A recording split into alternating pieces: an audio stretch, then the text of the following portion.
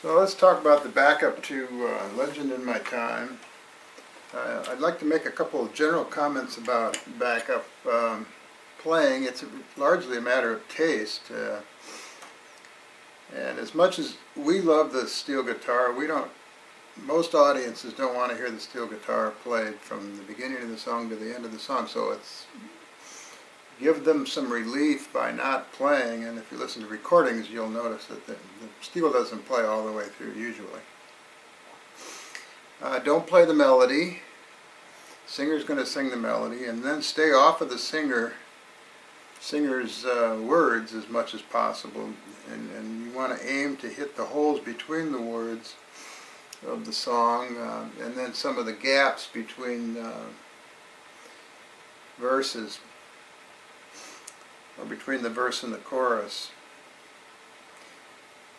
One of the things that I think is helpful is pay attention to the beats and don't start picking on the first beat of the measure while you're playing backup. It usually doesn't sound good.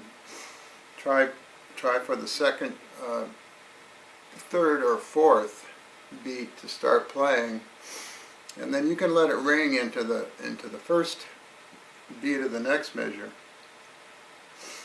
And it's a matter of experimentation and finding out what sounds good.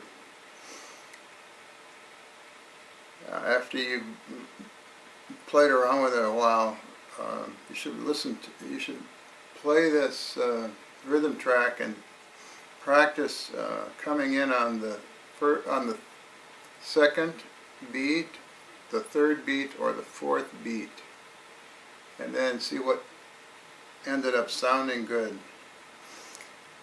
So if we want to talk about Legend in My Time, we're going to be playing in D, so let's go over the D positions. They're here. The 5th fret pedals down, and there's another D position on 5 and 8 and 4 and 5 with the E's lowered. That's 2 frets back. And there's the same notes back here with A and F, but you can play more strings.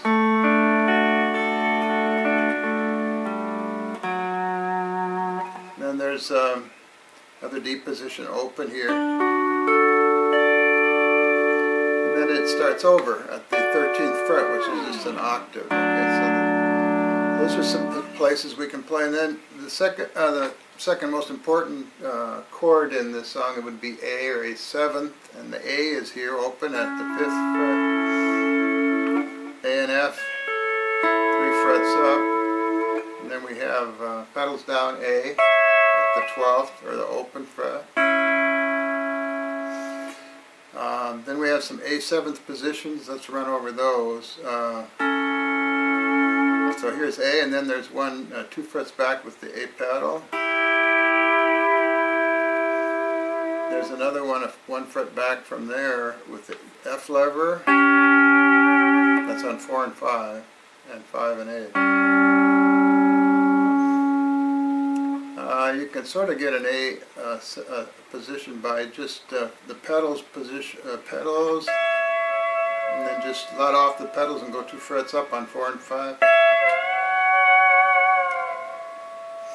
That's sort of a pseudo A or A7th, and then there's another one 3 frets up from the open with the F lever. And if you can, with pedals down, you can split the raise and the low. If you have the E lever that lowers 6 and then the B and splits it, then you can get an A7 that way.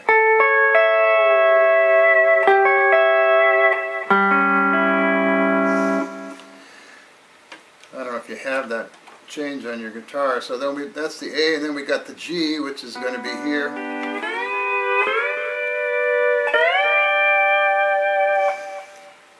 And then the E minor, which is here. Or here. And there's also an E minor here with A B pedals at the 10th fret. Just play the 7th string.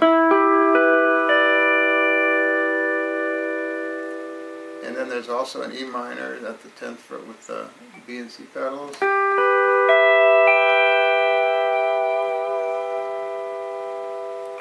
And those are the chords for the verse. And then on the bridge, it goes to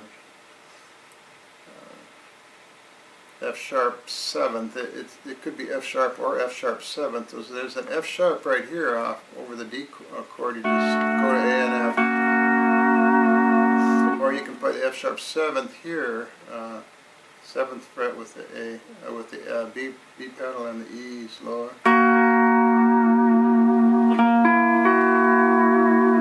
Here's an F sharp up. So most of all, just build them. There's an F sharp 7th, and then there's an F sharp here. F lever, you got an F sharp 7th. So it starts on F sharp 7, the bridge, and then it goes to the B7, then it goes to the E7, and then instead of moving in a conventional way, it goes to the G, then to the A, or A7, and then you get back to the original melody. So those are the chord positions we'll be working out of to try to come up with our backup.